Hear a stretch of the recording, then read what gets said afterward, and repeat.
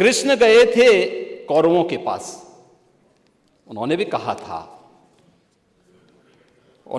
था बस दे दो केवल 5 ग्राम, रखो अपनी धरती तमाम।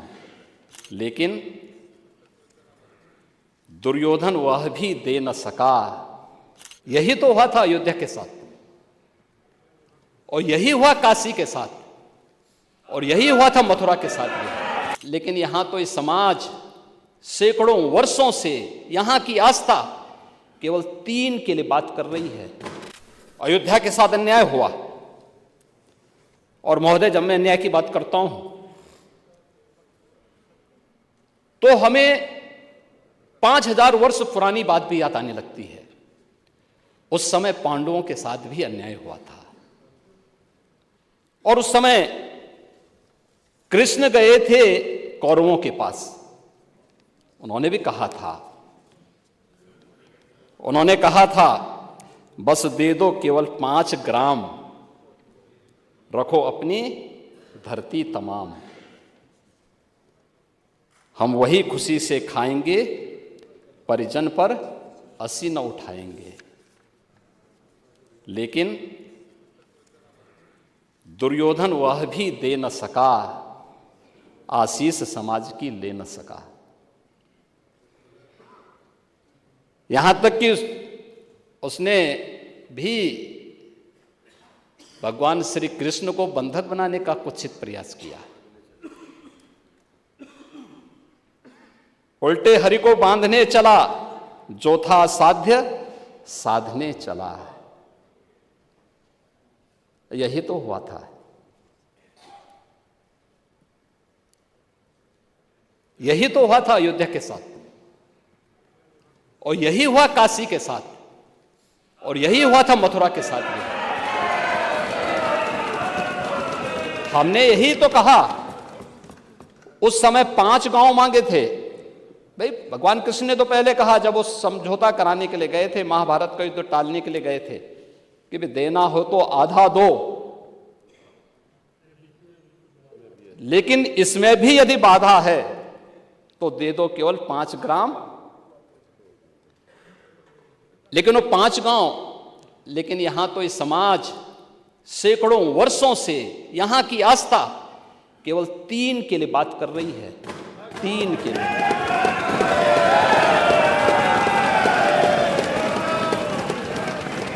वो 3 के लिए भी इसलिए वे विशिष्ट स्थल हैं, वे सामान्य नहीं हैं। ईश्वर की अवतरण की धरती है, असामान्य नहीं है। और असामान्य यानी उसको एक सामान्य स्तर पर नहीं मान सकते,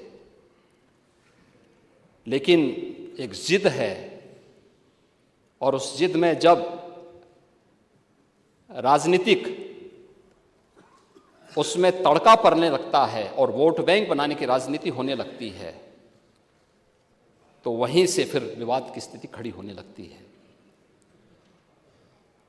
यानी लोक आस्था, भारत के अंदर लोक आस्था का अपमान हो, बहुसंख्यक समाज गिड़गिड़ाए, ये पहली बार देखने को मिला।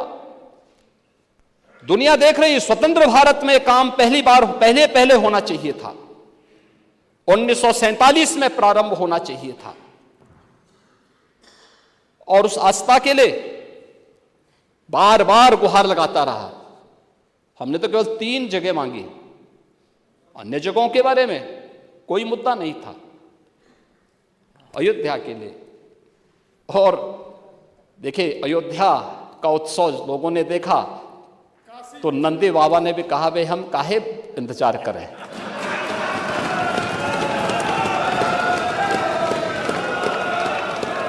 उन्होंने भी इंतजार किए बगैर रात्रि में बैरिकेड तोड़वा डाले, और हमारे कृष्ण कन्हैया कहां मानने वाले हैं।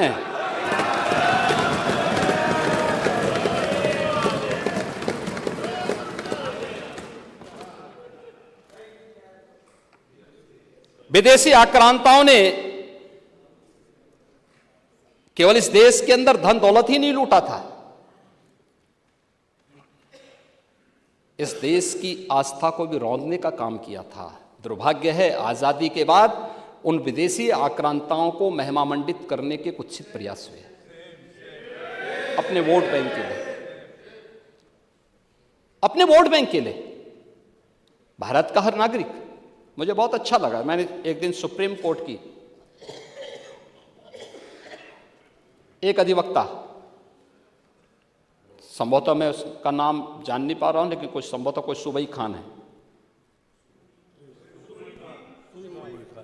उन्होंने उनका एक वक्तव्य मैं सुन रहा था और बहुत अच्छा वक्तव्य बना। उन्होंने कहा देखिए हम सब सनातन धर्मावलंबी हैं, हाँ मेरा मजहब इस्लाम हो सकता है और मेरी उपासना विधि है, मेरा मजहब है, लेकिन जन्म से हम सनातनी भारतीय हैं।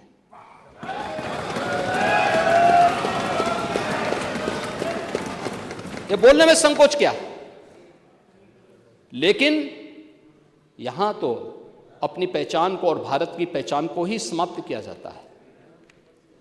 हम महिमामंडन कर रहे हैं उन्हीं आक्रांताओं का जो भारत की लोक आस्था पर प्रहार करते थे, जन विश्वास को रौंदने का काम करते थे, भारत के महापुरुषों,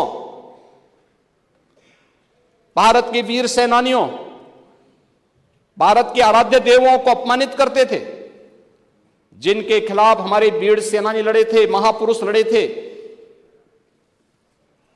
आज उन महापुरुषों को सम्मानित करने की बजाय हम उन आक्रांताओं को महिमामंडन करें, यह देश अब स्वीकार करने को तैयार नहीं है, कतई स्वीकार नहीं होगा।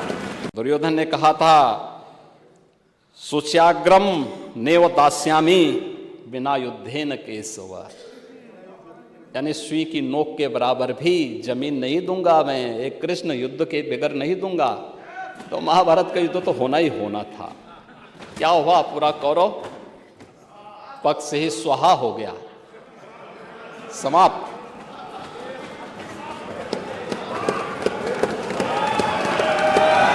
और याद करना